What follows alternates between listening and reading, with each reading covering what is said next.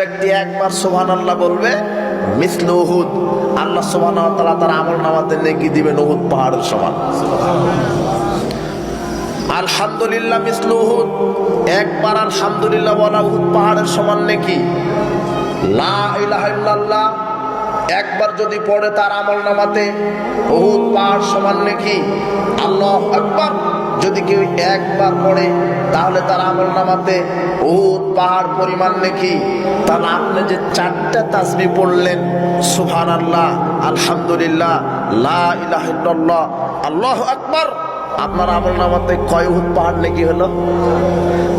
অথচ রাসূল সাল্লাল্লাহু বলছেন যে এক উহুদ পাহাড় পরিমাণ নেকি অর্জন করতে তোমরা কি কেউ অক্ষম?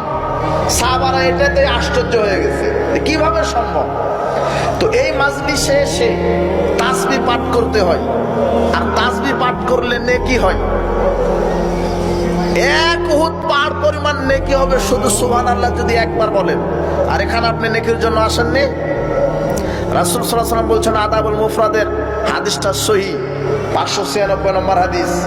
রাসূল সাল্লাল্লাহু আলাইহি ওয়াসাল্লাম বলছেন মান তুকবিলাত লাহু হাসানা, বিচার মাঠে যার এক নেকি আল্লাহ কবুল করবে, এক নেকি, একটা নেকি, দাখালাল জান্নাহ, এক নেকির বিনিময়ে আল্লাহ তাকে জান্নাতে প্রবেশ করাবেন।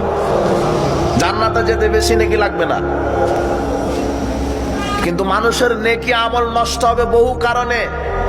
কারো ইখলাস ঠিক নাই, কারো রুচি ঠিক নাই, কারো নিয়ত ঠিক নাই।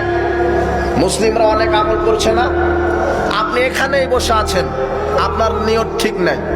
প্রথমেই বাড়ি থেকে নিয়ত করে এসেছেন ইসলামী জালসায় যাব, কিছু জিলাপি কিনবো, আর কে কেমন বক্তা আসে 2-1 ঘন্টা শুনে চলে আসবো।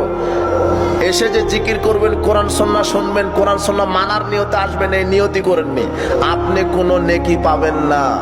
নিয়ত যেরকম, গাছ লাগাবেন যেটা ফল পাবেন সেটা। আমের গাছ লাগিয়ে ডাব আশা করলে হবে?